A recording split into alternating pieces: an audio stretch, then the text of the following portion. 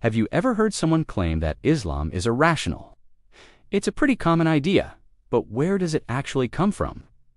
Mostly, it's a hangover from the European Enlightenment, a time when thinkers like Descartes and Kant argued that human reason should be totally independent, free from any higher authority.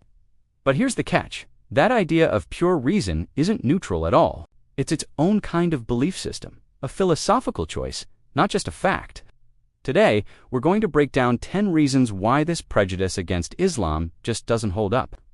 First, Islam doesn't reject reason, it just puts it in its proper place. Think of reason as a powerful tool like a flashlight. It helps you see and understand the world around you, but it doesn't create the world. It's a guide to reality, not a replacement for ultimate truth. Second, the Quran itself is constantly encouraging us to think and reflect. How many times does it ask, will you not reason, or will you not use your intellect? In Islam, thinking isn't just allowed, it's a moral responsibility. You're actually commanded to use your mind to understand God's signs in the universe. Third, the idea that reason must be absolutely autonomous is actually self-contradictory. If reason has no limits and no foundation, what stops it from becoming completely arbitrary? It's like a ship with no anchor, drifting wherever the currents of opinion take it. A reason without a grounding point eventually eats itself and leads to instability. Fourth, Islam offers a more complete way of knowing. It integrates reason with revelation, creating a system that's much broader and more coherent than the narrow rationalism of the Enlightenment. It's not about choosing one over the other, it's about using both to get a fuller picture of reality. This brings us to a huge historical point. Fifth, the great Islamic civilizations were built on incredibly rigorous rational thought. Think about it. Algebra, which is the language of modern science, was developed by Muslim scholars.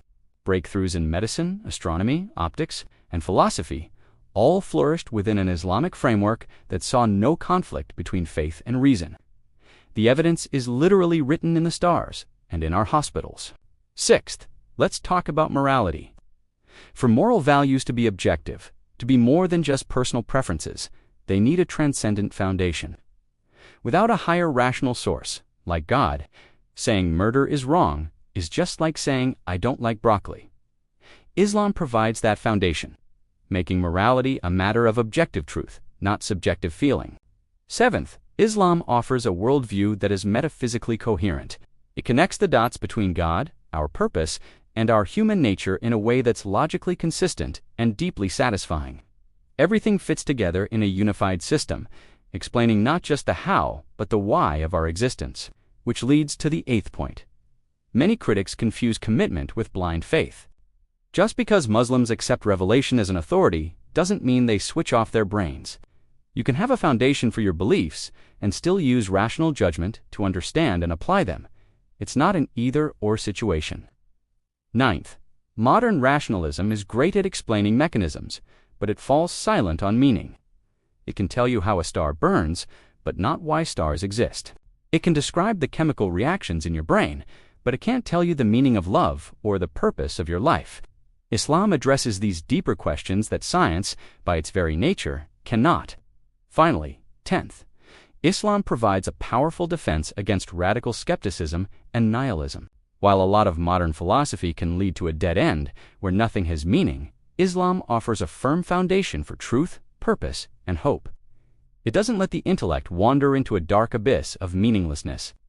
So, when we really look at it, the accusation that Islam is irrational isn't based on an honest look at Islam itself. It's based on a very specific, historically loaded, and narrow definition of reason. Islam doesn't suppress the intellect. It honors it and protects it from its own worst tendencies, giving it a stable foundation from which to explore the universe and our place within it. Thanks so much for watching. If this gave you something to think about, please like, share, and subscribe for more content. See you in the next one.